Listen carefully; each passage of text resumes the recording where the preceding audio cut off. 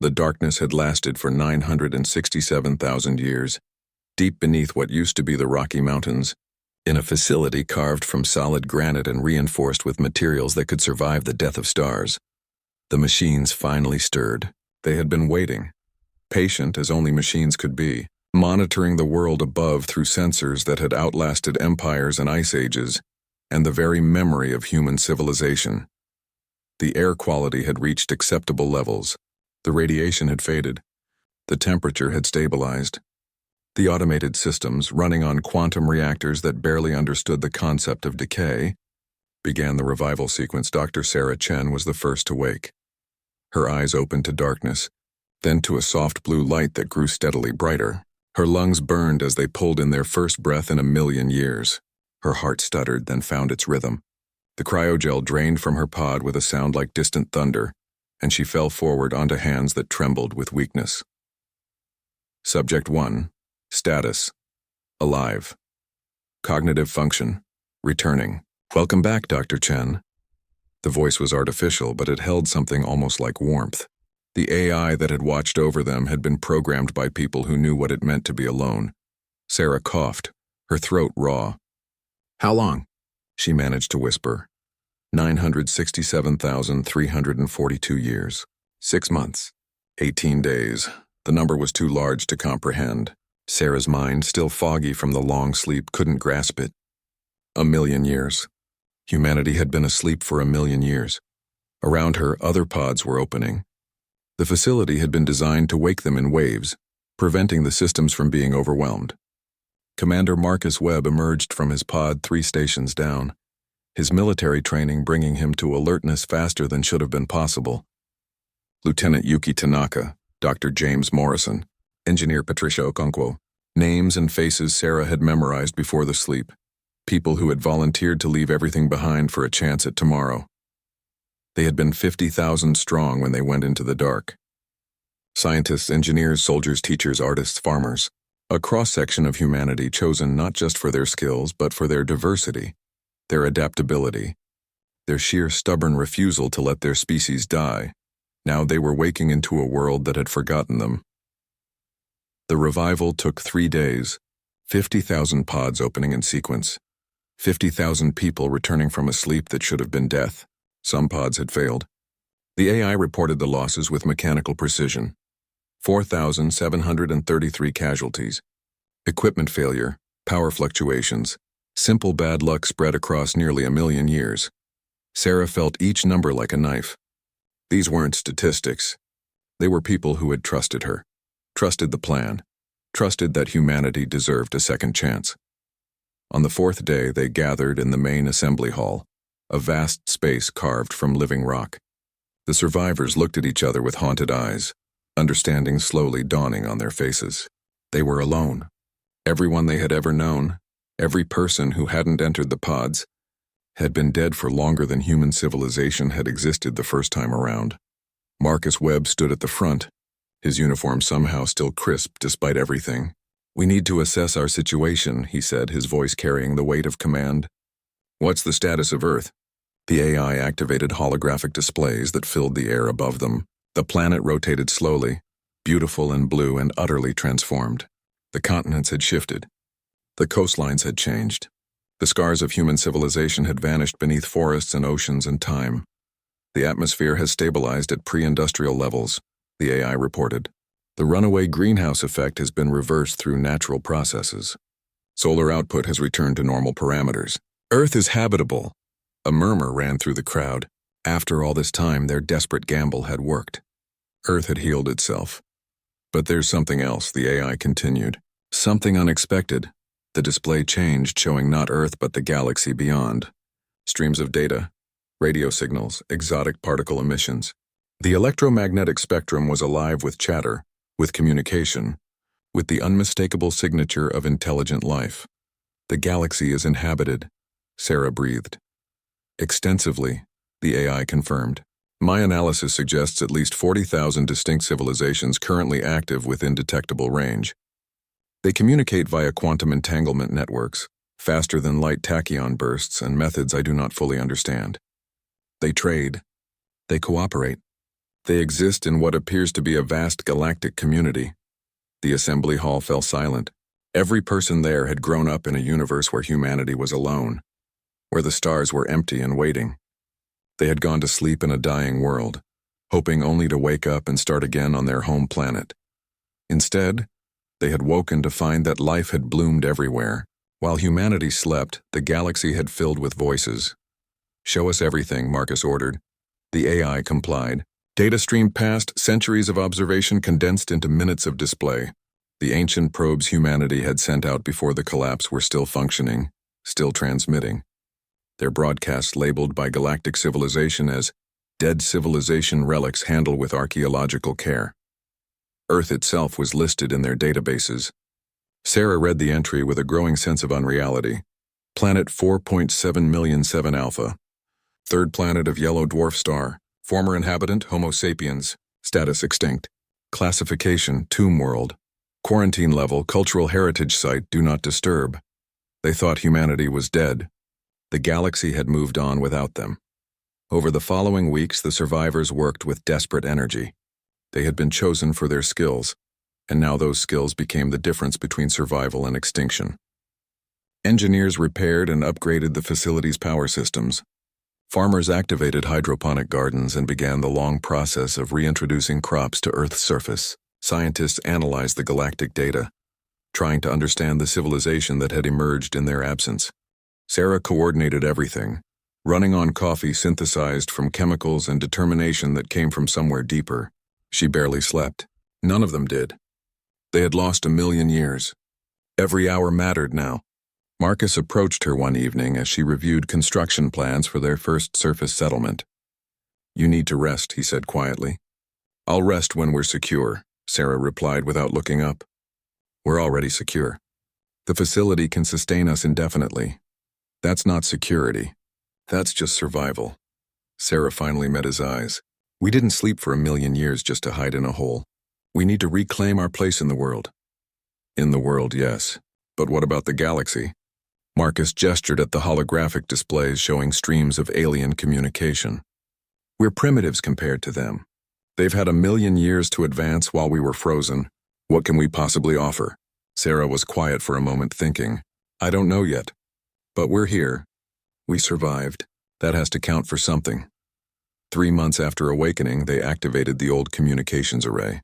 It had been built for talking to Mars colonies and deep space missions, but the AI had modified it based on observations of galactic communication protocols. The message they sent was simple. "This is humanity. We're still here." The response came within hours. At first, Sarah thought it was a malfunction. The sheer volume of incoming signals threatened to overwhelm their receivers. But as the AI filtered and translated, the truth became clear. The galaxy was in shock. A species that had been extinct for 1,000,000 years had just said hello. The first physical contact came 2 weeks later.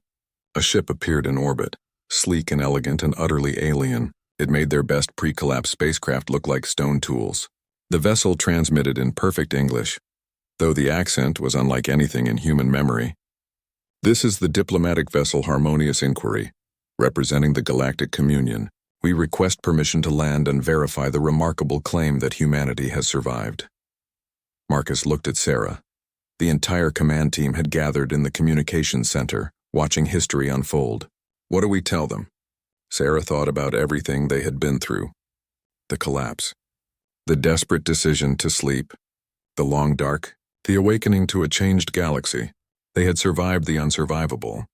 They had outlasted extinction itself. "We tell them the truth," she said. "Welcome them to Earth, and show them that humanity doesn't give up." The landing took place in what had once been Colorado, on a plateau cleared by engineering teams over weeks of backbreaking labor. The human delegation stood waiting as the alien ship descended on drives that seemed to bend space itself. The airlock opened and Ambassador Threnke emerged. The Zephyrin was beautiful in an unsettling way, a being of living crystal that caught and reflected light in patterns that suggested thoughts too alien to fully comprehend. Behind Threnke came others, a towering creature of overlapping metallic plates, something that looked like a floating cluster of luminous jellyfish, a being that seemed to exist partially out of phase with normal space. This was the galaxy that had grown up while humanity slept. Threnke's voice came through translation devices that made the crystalline beings chiming sounds into words. On behalf of the Galactic Communion, I greet the survivors of humanity. Your existence is unexpected. We believed your species extinct for 800,000 years. Sarah stepped forward, her hand extended in the ancient gesture of peace. We're hard to kill. Threnke's crystal form shifted in what might have been surprise or amusement. A delicate appendage extended, touching Sarah's hand with unexpected warmth. So it would seem. We have much to discuss, Dr. Chen. The galaxy will want to know how you survived, and what you intend to do now. Sarah smiled, and in that smile was all the determination that had carried humanity through the long dark. We intend to live, and we intend to learn. Beyond that, I guess we'll figure it out as we go. As you go, Threnke repeated, the word seeming to puzzle the alien. You do not have a comprehensive plan? A detailed roadmap for your species' future? We have goals, Marcus interjected. Rebuild. Reconnect with our world. Understand our place in the galaxy. But no timeline? No carefully calculated approach? The other aliens seemed equally confused by this. Sarah laughed, the sound startling the delegation. Ambassador, we've been asleep for 1,000,000 years. We don't have time for careful. We have time for now. That night, after the initial meetings had concluded and the aliens had returned to their ship, Sarah stood outside the facility and looked up at the stars. They were the same stars her ancestors had gazed upon, but now they were different. Now they were full of life, full of possibility, full of voices that had never heard humanity's story. Somewhere up there, 40,000 civilizations were discussing the impossible, humanity's return. Sarah didn't know what would come next. She didn't know if the galaxy would welcome them or fear them, embrace them or reject them, but she knew one thing with absolute certainty. Humanity had woken up, and the galaxy wasn't prepared for what that meant. Ambassador Threnke had been a diplomat for 300 years, which was young by Zephyran standards but still longer than some civilizations lasted. In that time, Threnke had mediated disputes between hive minds and individual consciousnesses, had negotiated trade agreements between species that experienced time differently, had even successfully prevented a war between civilizations that communicated through incompatible physics. None of that had prepared Threnke for humanity. The problems started immediately. The Harmonious Inquiry had barely finished its landing cycle when human workers began swarming around it with scanning equipment, taking measurements, asking questions in rapid-fire bursts that the translation software struggled to keep pace with. Fascinating propulsion system. Is that a contained singularity or something else? What's the hull composed of? That reflective property is incredible. How many crew members? What's your life support based on? Threnke's security officer, a Draknor named Vex whose species had evolved from pack hunters before civilization had smoothed away such rough edges, looked genuinely alarmed. Ambassador, they're treating a diplomatic vessel like a research specimen. They're curious, Threnke said, trying to find calm in the chaos. It's natural for a rediscovered species to have questions, but it wasn't just curiosity. It was the intensity of it, the way these humans threw themselves at problems with an energy that bordered on reckless. Within hours of first contact, they had already proposed 17 different collaboration projects, asked for detailed specifications on technologies that most species guarded carefully, and suggested modifications to the inquiry's communication array that actually, disturbingly, made sense. The real shock came when Threnke's delegation made their first visit to the human settlement. The ambassador had expected to find survivors huddled around their revival facility, carefully rebuilding with the patience that any species should have after losing 1,000,000 years. Instead, the delegation's shuttle flew over 3 separate construction sites where massive structures were rising from the earth at a pace that should have been impossible. How? Vex demanded, watching as humans in protective gear guided pieces of prefabricated buildings into place with machinery that looked crude but worked with brutal efficiency. We've been here 5 days. How have they built all this in 5 days? The human leading the tour, engineer Patricia Okonkwo, smiled at the question. We can't afford to wait. We've already lost too much time. But the risk, another diplomat, a flow mind named Essence of Careful Progress, pulsed through its translation matrix. We detect 17 workplace injuries in the past week. 3 serious. Why not slow down, use automated systems, ensure safety? Patricia's smile faded. We have medical facilities. We accept the risks. And we don't have automation on the scale you're thinking. We have to do things the hard way. The hard way claims lives, Essence insisted. Modern construction has a 0 casualty rate across the galaxy. 0. Good for the galaxy, Patricia said, and there was steel in her voice now. We're not the galaxy. We're humanity, and we do what we have to do. Threnke filed this away for the report the Communion would demand. These humans had a different relationship with risk than any modern civilization. They accepted danger as part of progress, rather than something to be eliminated before beginning. It was deeply unsettling. The cultural exchange continued over the following weeks. The Communion sent specialists to evaluate humanity's needs and capabilities. What they found disturbed them more with each passing day. The humans had no quantum consciousness networks, but they compensated with an ability to coordinate through simple verbal communication that bordered on telepathy. They had no advanced medical technology, but their doctors showed a willingness to experiment and innovate that had been extinct in the galaxy for 200,000 years. They had no automated manufacturing, but their capacity for manual labor and problem-solving was unlike anything in modern civilization, and they worked constantly. The concept of appropriate work-life balance seemed alien to them. Dr. Sarah. Chen met with Threnke in what the humans called their command center, a space that looked more like organized chaos than proper administration. Holographic displays showed construction progress, resource allocation, population health metrics, all updating in real time through systems that were functional but crude. Your people are pushing themselves too hard, Threnke said, trying to inject concern into the translated words. We've observed work cycles exceeding 12 hours per day. This is unhealthy by all modern standards. Sarah looked up from a report she was reviewing, and Threnke saw the dark circles under her eyes, the tension in her shoulders. This human had been awake for 2 months and looked like she hadn't rested in any of them.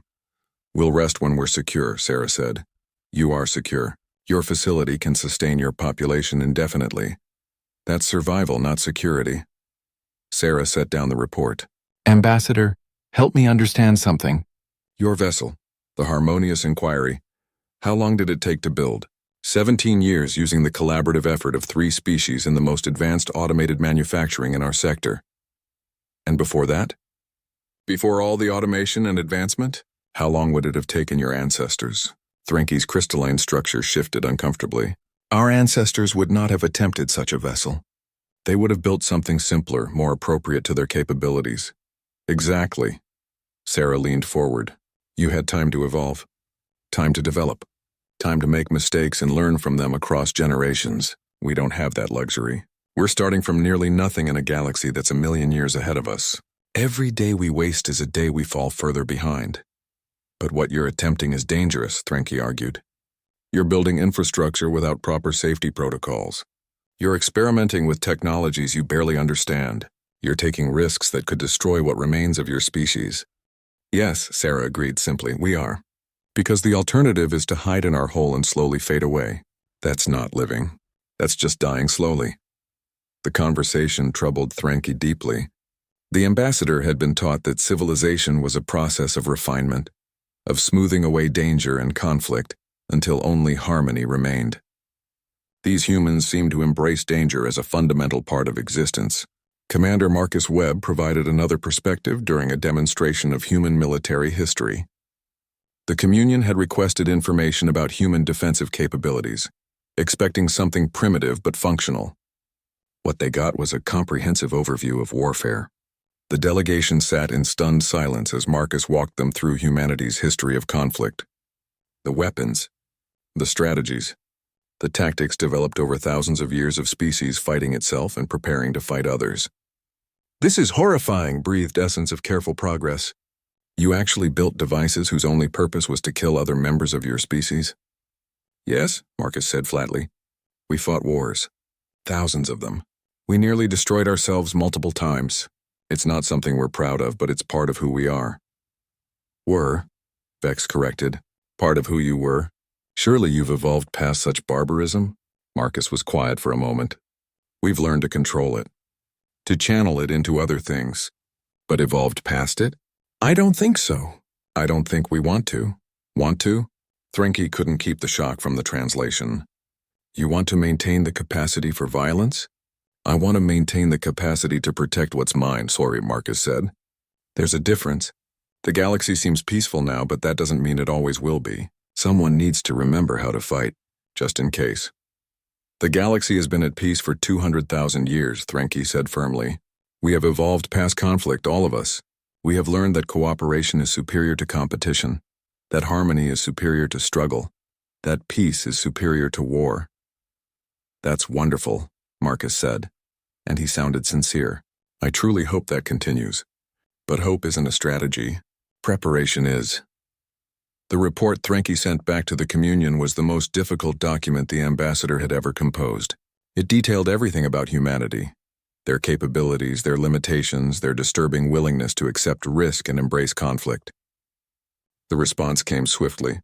The Sublime Council, the governing body of the galaxy's oldest civilizations, requested a full assessment. Was humanity a threat? Could they be integrated into galactic civilization? Should they be isolated until they evolved to modern standards? Threnke didn't have answers, because the truth was complicated. The humans were primitive in their technology, yes, but they were advancing at a rate that seemed impossible. In 2 months, they had gone from barely functional survival to establishing 3 major settlements, achieving orbital capability, and beginning construction on their first spacecraft. They were dangerous in their history of violence, yes, but they showed no aggression toward the Communion. They asked questions, proposed collaborations, expressed genuine excitement about joining galactic civilization. They were reckless in their acceptance of risk, yes, but they were also making progress that cautious civilizations would take decades to achieve.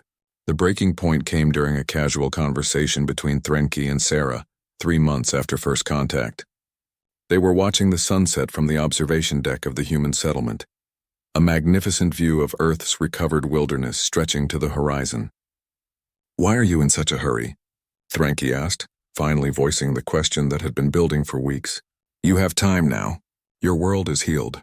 You're safe. Why not slow down, learn properly, integrate gradually into galactic civilization? Sarah was quiet for so long that Threnke thought she might not answer.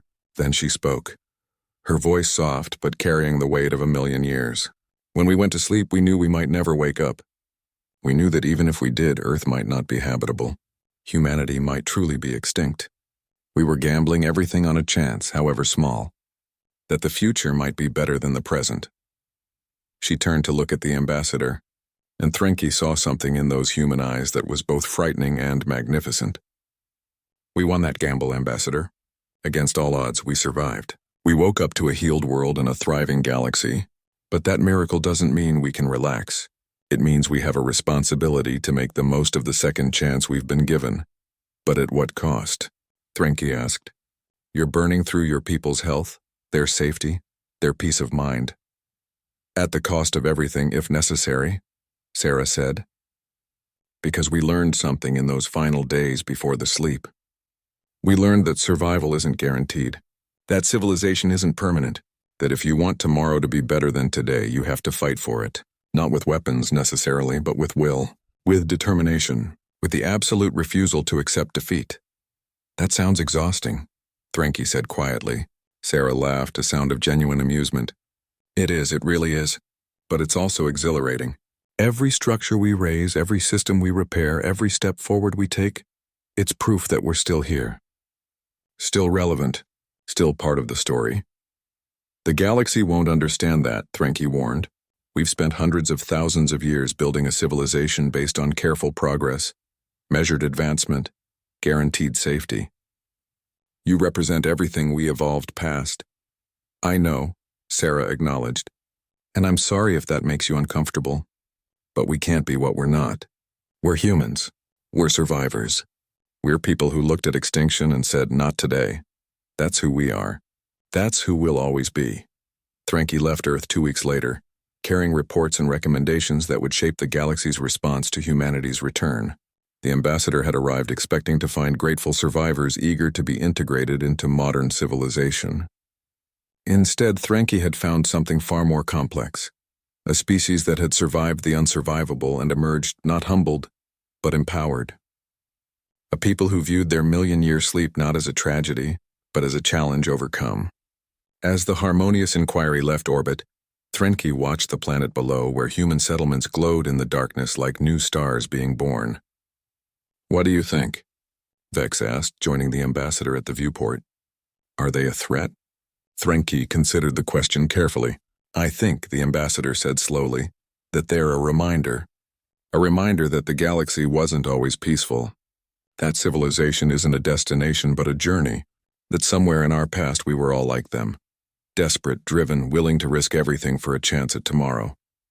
And now?" Vex prompted. "Now we have to decide if that reminder is something to fear or something to learn from." Threnke's crystal form shifted in patterns that suggested deep thought. "Because something tells me the galaxy is about to change. And humanity is going to be the catalyst." Dr. Sarah Chen stood in the archives, surrounded by ghosts. The room was deep beneath the surface, protected by layers of security that had survived 1,000,000 years. Here, humanity had stored everything: their history, their culture, their knowledge, and their sins. The digital records were extensive, but it was the physical artifacts that drew Sarah's attention today. Row upon row of sealed containers, each marked with warnings that seemed quaint now. Military hardware, weapon systems, strategic documentation. Things that humanity had hoped would never be needed again, preserved just in case the future proved less peaceful than they had hoped. The future had been peaceful. Just not for humanity. "This is everything?" Commander Marcus Webb asked, walking beside her through the aisles of preserved technology. "Everything we kept," Sarah confirmed. "Nuclear arsenals, conventional weapons, cyber warfare tools, biological research. All sealed before the collapse. The council at the time argued for days about whether to preserve any of this. Some wanted it all destroyed. Thank God they didn't," Marcus said quietly. Sarah gave him a sharp look. "We're not at war, Marcus." "No, but the galaxy is about to be." He pulled up a holographic display showing reports from the Communion's deep space sensors. "You've seen these readings?" Sarah had. Everyone in the Leadership Council had. 3 weeks ago, the Galactic Sensor Network had detected something emerging from the core regions. A massive force of autonomous machines, self-replicating and consuming everything in their path. The Communion had labeled them the Devourers, a name that captured their simple, terrible purpose. They ate. They grew. They spread. The Communion's response had been immediate but ineffective. Their defensive shields could slow the Devourers. Their evacuation protocols could save populations from affected worlds. But they had no way to stop the advance, no way to fight back, because fighting back required weapons, and weapons were something the galaxy had forgotten how to make. "The Communion sent another request this morning," Marcus said. "They're asking for our help. Specifically for our historical expertise in conflict resolution." Sarah laughed bitterly. "Conflict resolution? Is that what they're calling it?" They don't have another word for it. The entire Communion has been at peace for 200,000 years. They've never needed to fight, never needed to destroy. They don't even have the vocabulary for what needs to happen now. "And we do," Sarah said, not making it a question. "We do," Marcus confirmed. "The question is whether we should." It was the question that had dominated the council meetings for the past week. Humanity had been trying so hard to integrate into galactic civilization, to prove they weren't the violent primitives some species feared. Now the galaxy was asking them to be exactly what they'd been trying to move past. Engineer Patricia Okonkwo joined them in the archives, her face grim. "The latest reports are in. The Devourers just consumed 3 more systems. The Communion estimates they'll reach inhabited sectors within 2 months at their current rate of expansion." "What's the Communion doing?" Sarah asked. "Debating," Patricia said with frustration. "The Sublime Council can't agree on an appropriate response. Half of them think the Devourers can be reasoned with, that they're just misunderstood artificial intelligence seeking resources. The other half want to try technological solutions that will take years to develop and implement." "Years they don't have," Marcus observed. "Years nobody has," Patricia agreed. "The Devourers are exponential. Every world they consume gives them more resources to build more Devourers. By the time the Communion finishes debating, it might be too late." Sarah made her decision. Open the containers. All of them. I want a full inventory of what we have and what condition it's in. Marcus nodded, already moving toward the control panel. And if the communion objects? Then they can object while the Devourers eat their world, Sarah said coldly. We didn't survive 1,000,000 years just to watch the galaxy die because everyone forgot how to fight. The inventory took 3 days. What they found was both encouraging and terrifying. Humanity's pre-collapse military had been extensive. Nuclear weapons in various yields, electromagnetic pulse devices, kinetic bombardment systems, chemical and biological agents that made Sarah's skin crawl just reading about them, cyber warfare programs that could infiltrate and destroy digital systems, railguns, plasma weapons, antimatter research that had never reached deployment stage, an entire arsenal designed for a war that had never come. Dr. James Morrison, their lead physicist, examined the antimatter research with wide eyes. This is insane. They were actually working on antimatter bombs? Humanity was good at insane, Marcus said without humor. We specialized in finding new ways to destroy each other. The question is whether any of this still works, Patricia interjected. These systems have been in storage for 1,000,000 years. Even with our preservation technology, there's going to be degradation. Then we test, Sarah decided. Carefully. And we see what we have to work with. The testing began in the remote parts of Earth's solar system, far from anything that could be damaged. Humanity's hastily constructed spacecraft carried teams of engineers and scientists to test weapons that hadn't been fired in 1,000,000 years. The results were mixed. Many systems had degraded beyond recovery. The biological weapons were inert. Several of the more complex devices had simply failed. Their components decayed past the point of function. But enough worked. Enough still had teeth. The nuclear weapons functioned with terrifying reliability. The railguns, once recalibrated, proved devastatingly effective. The EMP devices activated perfectly. And the cyber warfare programs, designed to fight human systems, turned out to be surprisingly adaptable to more advanced technology. The galaxy, it seemed, had advanced in many ways. But digital systems were still digital systems, and humanity remembered how to break them. Commander Webb presented their findings to the Communion in a transmission that was watched by billions across thousands of worlds. We have capabilities, Marcus said bluntly. Weapon systems designed for large-scale conflict. They're primitive by your standards, brutal, inelegant, but they work, and they can hurt the Devourers. The response from the Sublime Council was predictable. Shock, horror, and desperate hope mixed in equal measure. Ambassador Threnke spoke for the moderates. You're offering to wage war on our behalf? We're offering to help, Marcus corrected. This is your galaxy too, but if you want our help, you need to understand what that means. War isn't clean. It isn't safe. People will die. Some of them will be ours. We accept that. Can you? The debate that followed lasted for days. Some Communion members argued that using violence, even against machines, was a betrayal of everything galactic civilization stood for. Others pointed out that the Devourers weren't going to be stopped with strongly worded messages and diplomatic overtures. In the end, desperation won. The Devourers consumed 2 more systems while the Communion debated, and the images of evacuated populations fleeing their homes broke something in the galactic consciousness. The Communion agreed to humanity's help. The preparation took 2 weeks. Humanity's engineers worked around the clock to retrofit their largest colony ship, the Ark, into something that could fight. They mounted railguns along its hull, loaded nuclear missiles into repurposed cargo bays, installed the cyber warfare systems into the ship's computer core. It was crude work, modifications that made proper engineers weep at the inefficiency, but it would serve. The crew was entirely volunteer. 200 humans who knew they might not come back, Marcus commanded. Patricia oversaw engineering. Dr. Morrison handled the weapon systems, his academic background in physics translating surprisingly well to applied destruction. Sarah wanted to go, but the council overruled her. Someone had to stay behind and lead if the mission failed. Someone had to ensure humanity survived even if the Ark didn't return. So she stood in the command center and watched on holographic displays as the Ark departed Earth orbit, heading toward a rendezvous with destiny. The Devourers had established a primary nexus in what used to be the Kafara system, a collection of resource-rich worlds that had been home to a peaceful mining civilization. Now it was the heart of the machine swarm, where they processed materials and built more of themselves in an endless cycle of consumption and replication. The Communion fleet surrounded the system at a safe distance, their ships forming a blockade that could slow, but not stop the Devourer expansion. They watched nervously as the primitive human vessel approached. "This is insane," Essence of Careful Progress transmitted. "One ship against millions of machines? What can they possibly hope to achieve?"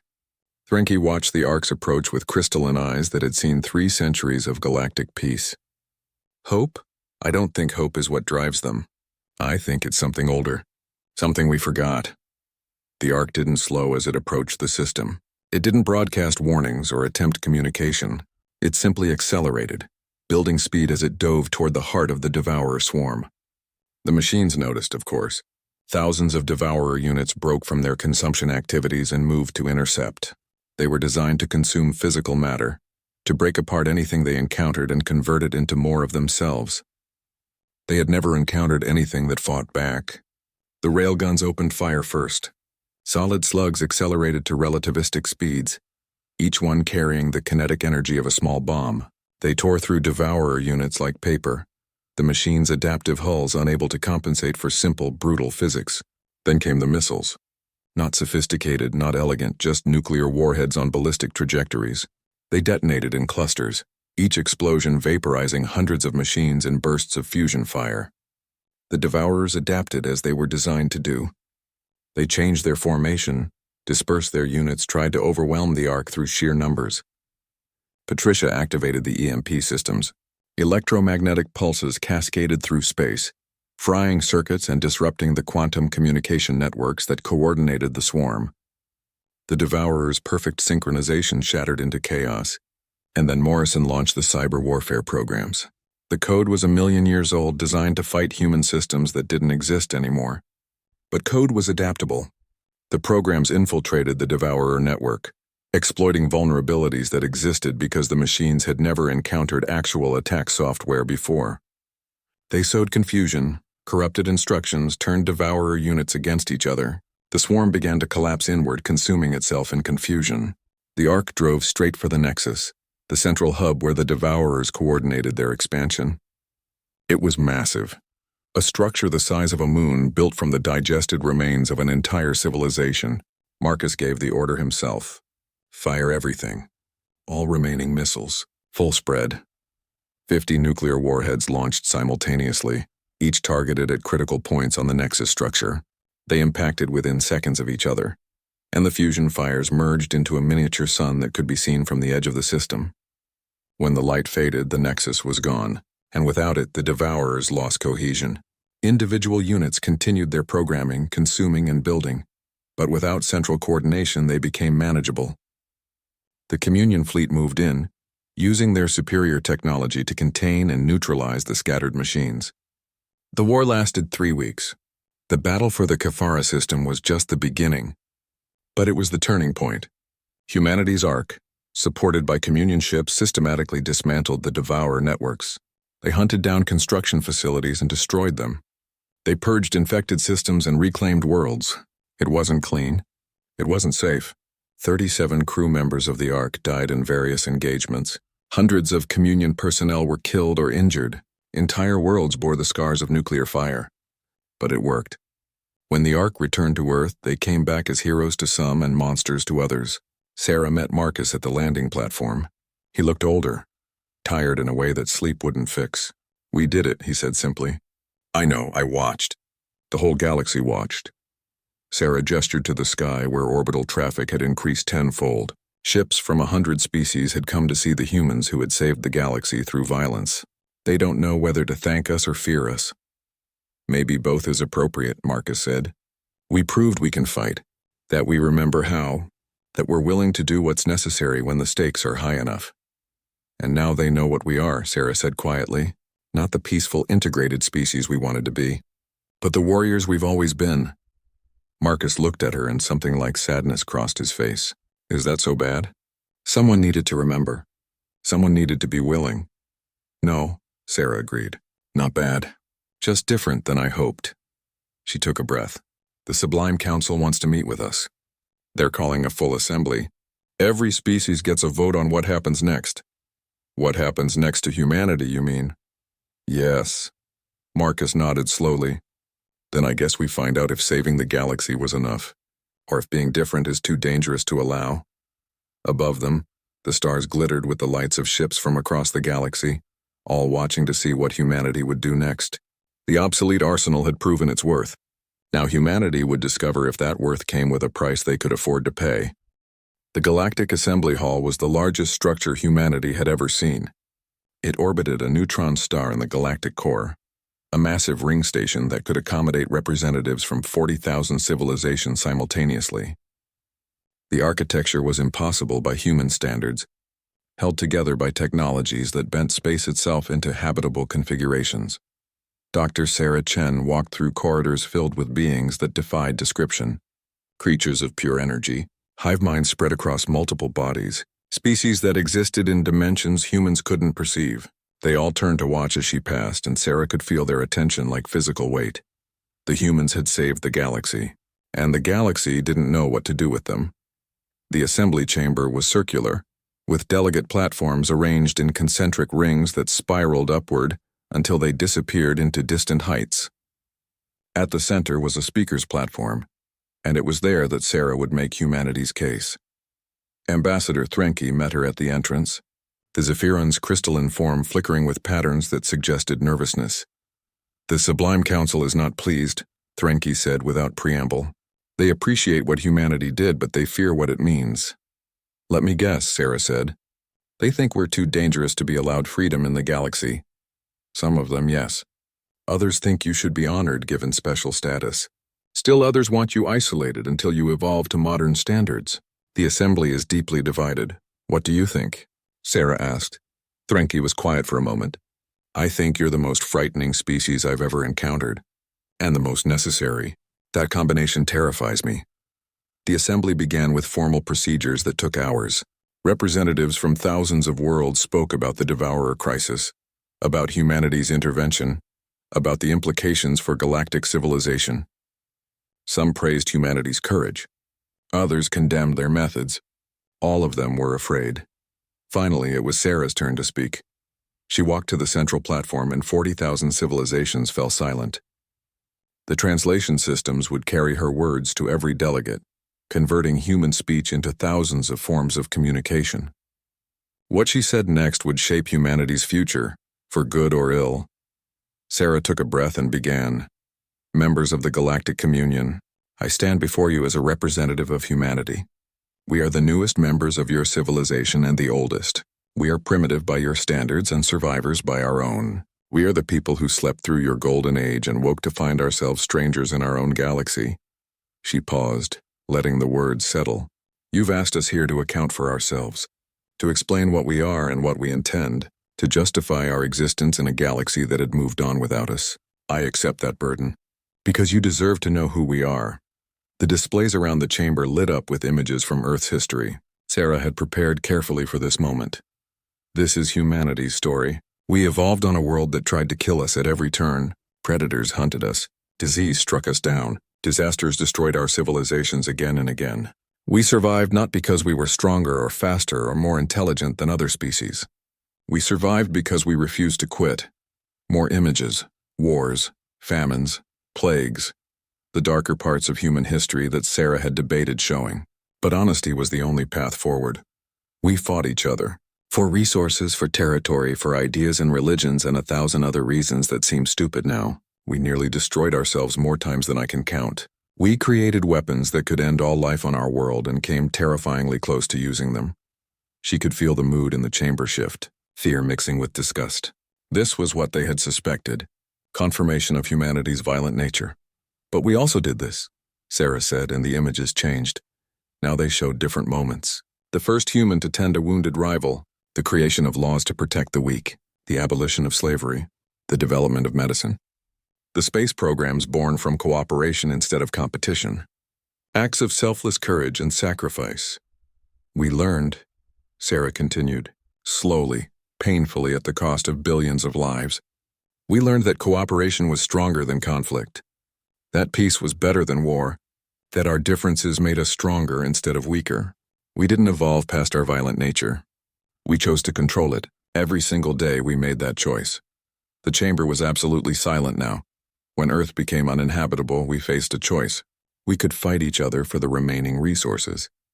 The old way, the easy way, or we could work together to save what we could. We chose cooperation. We built the archives. We went into the long sleep knowing we might never wake up. We gambled everything on the hope that the future would be better than the present. Sarah's voice grew stronger. And when we woke, we found a galaxy full of wonders. Civilizations that had achieved things we could barely imagine. Peace that had lasted longer than our entire species had existed. A community of thousands of worlds working together in harmony. We wanted to join you, to learn from you, to become part of something greater than ourselves. We tried to set aside our violent past and embrace your peaceful present. And then the Devourers came. The images shifted again, the destruction in the Kafara system, the consumed worlds, the desperate evacuations. You asked us for help, not because you wanted our violence, but because you had no choice. And we gave it. We pulled out weapons we'd hoped never to use again. We fought and killed and destroyed because that's what was needed, because someone had to remember how. Sarah's eyes swept across the assembly. You call us primitives, children of fire who never grew up. You're right. We are from an age you've forgotten, an age of struggle and failure and species that went extinct because they couldn't adapt fast enough. We carry scars your civilizations never earned because you evolved in a galaxy that had already been tamed. Her voice dropped, becoming more intimate despite addressing thousands. But here's what you need to understand. We didn't survive because we were lucky. We survived because we learned to fight. Not just other species or each other, but entropy itself. We looked at a universe that was trying to kill us and said, not today. You've had 800,000 years of peace. In that peace, you built wonders. You created art and philosophy and technologies that seem like magic to us. You achieved a harmony we can barely comprehend. That's beautiful. That's something to be proud of. But in all that time, you forgot something important. The universe isn't inherently safe. It's inherently hostile. The Devourers weren't an anomaly. They were a reminder that peace is a choice, not a guarantee. That safety is something you have to defend, not something that just exists. Sarah could see delegates shifting uncomfortably. She was striking at the foundation of their entire civilization. You want to change us, she continued, to sand down our sharp edges until we fit your mold. Some of you want to isolate us until we evolve to your standards. Others want to study us like specimens from a more primitive age. But those edges you want to remove? They're what saved you. Our capacity for violence, our willingness to take risks, our refusal to accept defeat. Those aren't flaws to be corrected. They're tools that still have value. The chamber erupted in noise. Delegates arguing with each other, with Sarah, with the fundamental premise of what she was saying. She waited for the translation systems to restore order. I'm not asking you to become like us, Sarah said when quiet returned. I'm not suggesting you abandon the peace you've built or embrace conflict. What I'm asking is that you remember something. Survival isn't a gift. It's a choice you make every single day. And sometimes making that choice requires doing things that aren't peaceful or harmonious or safe. Sometimes it requires people who remember how to fight. You don't have to love us. You don't even have to like us. But you need us. Not because we're better than you, but because we're different. Because we remember things you've forgotten. Because in a universe that doesn't care whether any of us survive, having people who refuse to quit has value. Sarah took a breath. So here's what I propose. Don't try to change us. Don't try to contain us. Let us be what we are. Let us remember the things you've moved past.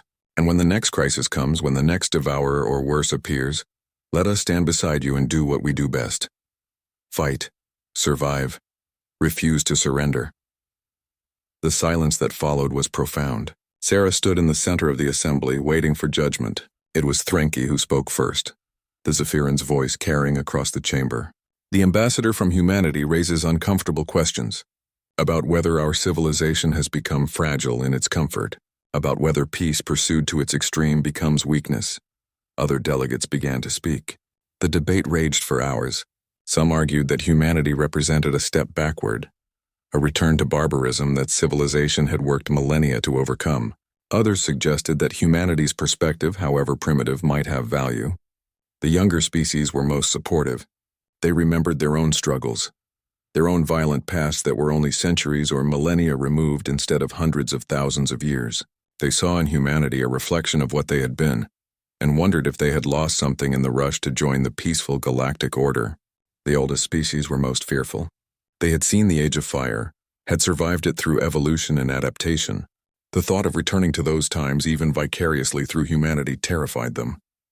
In the end, there was no consensus. The Sublime Council couldn't agree on what to do with humanity. So they did what bureaucracies always did: they compromised. Humanity would not be forced to change. They would not be isolated, but they would also not be fully integrated into galactic civilization. Instead, they would exist in a state of supervised autonomy, free to develop their own path but watched carefully for any signs of aggressive expansion or threatening behavior. It was unsatisfying to everyone, which meant it was probably the best solution available. Sarah returned to Earth exhausted but hopeful. They hadn't won acceptance, but they had won the right to exist on their own terms. That was something. Commander Marcus Webb met her at the landing platform. "How bad is it?" "Could be worse," Sarah said. "We're officially the galaxy's dangerous children. Too useful to get rid of, too scary to embrace. They're going to watch us constantly." "Let them watch," Marcus said. "We'll show them what humanity can do." Over the following months, something unexpected happened. Young species began reaching out to humanity privately, not officially, not through communion channels, but through back channels and informal contacts. They asked questions about human history, about how humanity had survived their violent past, about the choices made and lessons learned. It started small, a few dozen species, then hundreds, young civilizations that had their own memories of struggle and conflict, who felt stifled by the communion's insistence on absolute peace and harmony. They didn't want to return to violence, but they wanted to remember what it had cost to achieve peace. Humanity became teachers, sharing their painful history as a cautionary tale and a survival guide. They showed how conflict could be channeled into competition, how aggression could be redirected toward challenges instead of other species, how the drive to dominate could become the drive to excel. A new movement began to emerge in the galaxy, not rebellion against the communion, but a questioning of its assumptions. A suggestion that maybe perfect harmony wasn't the only path to civilization, that maybe some diversity in approach, some acceptance of different evolutionary paths might make the galaxy stronger instead of weaker. It was Sarah's assistant, Dr. Morrison, who noticed the pattern first. "We're causing a philosophical revolution," he said, showing her the data on cultural exchange between humanity and younger species. "The entire galaxy is having a debate about the nature of civilization because of us." Sarah studied the reports, seeing the spread of ideas like watching a disease vector or a cultural awakening. Depending on your perspective, that's going to make the Sublime Council nervous. "It already has," Morrison confirmed. "But here's the interesting part. The nervous ones are trying to suppress it, which is just making it spread faster. And the moderate ones are starting to agree with some of the questions being raised. Questions like what? Like whether the communion has become stagnant, whether 800,000 years of peace has led to complacency, whether they've optimized so much for harmony that they've lost the ability to handle discord." Morrison paused. "Whether they've mistaken the absence of conflict for the presence of vitality." Sarah sat back, understanding the implications. "We're not just challenging them militarily, we're challenging them philosophically. And that," Morrison said, "might be more dangerous than any weapon we pulled from the archives. The galaxy would never be the same. Humanity had woken after 1,000,000 years and found a civilization that had evolved past conflict. Now, through their simple existence and their willingness to ask uncomfortable questions, they were forcing that civilization to examine its foundations. Some species saw it as humanity's greatest contribution, others saw it as their greatest threat. But everyone agreed. The children of fire had arrived, and the galaxy had to decide what that meant. 6 months after the Galactic Assembly, Dr. Sarah Chen stood on the bridge of the colony ship Freedom and looked at a map of the galaxy that most species had never bothered to create: the Outer Veil. It was the frontier, the edge of known space where the galactic communion's influence faded into darkness. These were regions too dangerous, too resource-poor, or too unstable for modern civilizations to bother with. Rogue stellar phenomena, collapsed civilizations, spatial anomalies that could tear ships apart, the dead zones and danger areas that peaceful species had learned to avoid. Commander Marcus Webb stood beside her. studying the same map with a soldier's eye for terrain. 17 potential settlement sites identified, all of them in regions the Communion considers uninhabitable or not worth the effort. Perfect, Sarah said, and she meant it. The compromise with the Galactic Communion had been clear, even if unspoken. Humanity could exist, but they needed space. Not just physical space, but cultural space. Room to be themselves without making the peaceful civilizations uncomfortable. The Outer Veil offered exactly that. It also offered something humanity had lost when they went to sleep. A frontier. The first wave is ready, Patricia Okonkwo reported, pulling up manifests on the holographic display. 5,000 volunteers across 3 ships. Engineers, scientists, families. Everyone knows the risks, and they still volunteered? Sarah asked, though she already knew the answer. We had to turn people away, Patricia said with a slight smile. Turns out a lot of humans aren't comfortable with the safe, comfortable life the Communion offers. They want challenges. They want to build something. Sarah understood that feeling. The past 6 months on Earth had been successful by any objective measure. The settlements were thriving. Trade with the Communion had begun. Cultural exchange was happening. But there was a restlessness growing among humanity, a sense that they were being kept in a gilded cage, watched and managed and never quite trusted. The frontier offered escape from that. It offered the chance to prove themselves on their own terms. The Freedom departed Earth orbit with little ceremony. The Communion had registered their flight plan and expressed polite concern for their safety, but no one tried to stop them. If humanity wanted to risk themselves in the dangerous regions, that was their choice. 3 other colony ships followed: the Pioneer, the Defiance, and the Horizon. 12,000 humans in total, heading into regions that had been abandoned or never explored. The journey to their first destination took 3 weeks. The target was a system the Communion had designated as Sector 7 Gamma 9, a collection of planets orbiting a binary star pair. The Communion survey from 200,000 years ago had noted extreme radiation fluctuations, unstable orbits, and mineral compositions of little value. Humanity saw something different. They saw challenges that could be overcome, resources that could be exploited with the right technology, a place where they could build without anyone looking over their shoulders. Dr. Morrison led the initial survey team down to the second planet, a world of red stone and thin atmosphere. The radiation was high but manageable with proper shielding. The gravity was heavy, but humans were adaptable.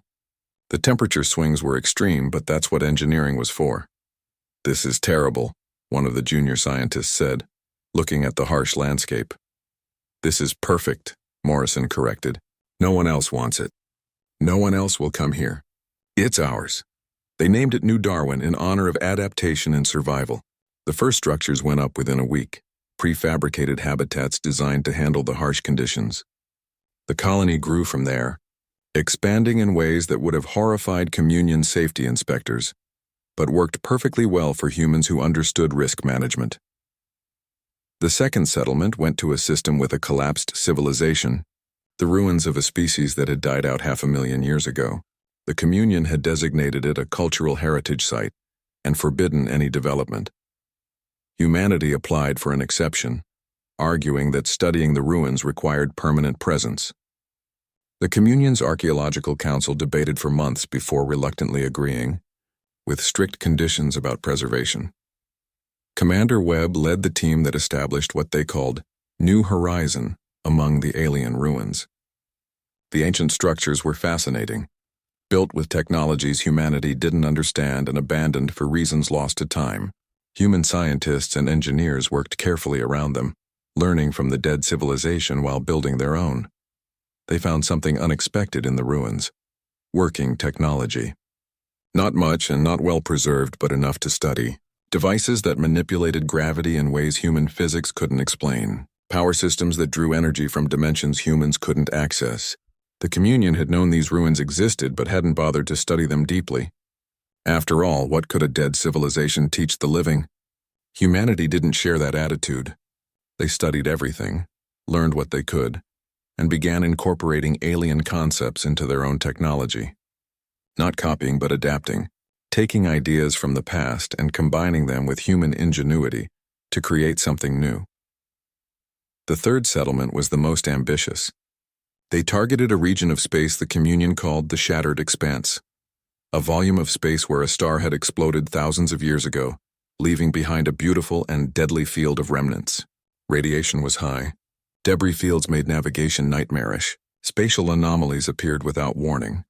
It was also rich in exotic materials that could only be formed in supernova explosions, elements that the Communion valued but considered too dangerous to harvest.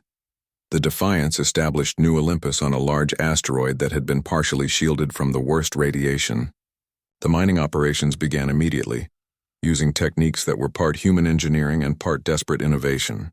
The yields were modest at first, but humanity had something the Communion lacked: a willingness to work in dangerous conditions for long-term gain. Within 3 months, they were shipping exotic materials back to Earth and offering them to the Communion at competitive prices. The trade representatives who came to inspect the operations were shocked by the working conditions and the casualty rate. "You've lost 17 workers in mining accidents," the Communion inspector said, its translation matrix unable to hide its distress. "This is unacceptable by any modern standard." Patricia, who oversaw the operation, met the inspector's gaze steadily. Every person here volunteered. They knew the risks. They accepted them. And their sacrifice is helping us build something that will last. But you could use automated systems.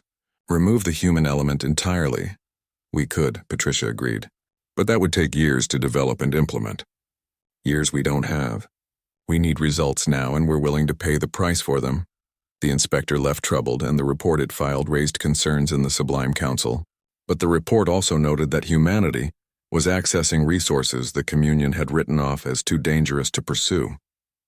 Resources that had genuine value. The economic implications didn't go unnoticed. As the frontier settlements grew, something unexpected began happening. Other species started showing up. They were young species mostly. Civilizations that had only recently joined the Communion and still remembered what it was like to struggle. They came to the human settlements asking questions, offering help, seeking something they couldn't quite articulate. The first was a species called the Karathi, insectoid beings who had evolved as tunnel builders. They looked at humanity's mining operations in the Shattered Expanse and saw kindred spirits. They offered expertise in exchange for the chance to work alongside humans in conditions that the Communion considered too risky. Then came the Vryn, a species of aerial hunters who had only achieved spaceflight 1,000 years ago. They felt stifled by the Communion's safety regulations and saw in humanity's frontier settlements the kind of challenges their species craved. Others followed. The Talrek, who had been warriors before peace was enforced upon them. The Cephians, artists who felt their creativity had been dulled by the Communion's preference for harmony over expression. The Methodians, scientists who wanted to experiment with approaches the Communion considered too dangerous. Sarah watched the demographics shift with fascination and some concern. The human settlements were becoming something larger than just human colonies. They were becoming refugees for anyone who didn't quite fit into the Communion's peaceful, perfect society. "We're collecting misfits," Marcus observed during one of their regular status meetings. "Every species that's too aggressive, too creative, too ambitious, too anything. They're all coming here. Is that a problem?" Sarah asked. Marcus considered. "I don't know. We came here to prove humanity could thrive on the frontier. We're doing that, but we're also creating something else. A culture that's not purely human and not purely Communion. Something new. Something dangerous. Something vital," Marcus corrected. "The Communion has optimized for stability and peace. We're optimizing for growth and innovation. Both have value, but I think the galaxy needs what we're building out here." The reports that reached the Sublime Council painted a complex picture. The human frontier settlements were succeeding beyond expectations. They were producing resources, advancing technology, and establishing viable colonies in regions considered uninhabitable. But they were also attracting elements that the Communion considered potentially disruptive. Ambassador Threnke brought the concerns to Sarah during a visit to New Darwin. "The Council is worried," the Zephyrin said, "watching human and alien workers collaborate on a new mining facility. You're creating an alternative to the Communion, a place where species that don't fit our standards can thrive." "Is that a bad thing?" Sarah asked. "Some think so. They worry you're collecting all the unstable elements into one region, that you're building something that could threaten galactic peace. And what do you think? Threnke's crystalline form shifted in complex patterns. I think you're building a pressure valve. All these young species, these restless ones who feel confined by the Communion's rules, they need somewhere to go. Better they come here and channel that energy into frontier development than cause problems in established space. That's remarkably pragmatic of you. I've learned from watching humanity, Threnke said. You've taught me that idealism without pragmatism is just wishful thinking. The Communion has spent hundreds of thousands of years trying to perfect civilization. Maybe what we needed was someone to remind us that civilization isn't meant to be perfect. It's meant to be alive. The settlements continued to grow. By the end of the first year, there were 12 major colonies in the Outer Veil, housing over 100,000 beings from 30 different species.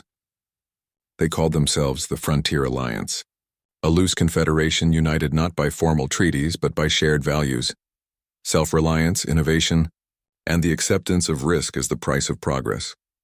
Sarah stood on the observation deck of New Darwin, looking out at a settlement that had grown from a few prefab habitats to a thriving community.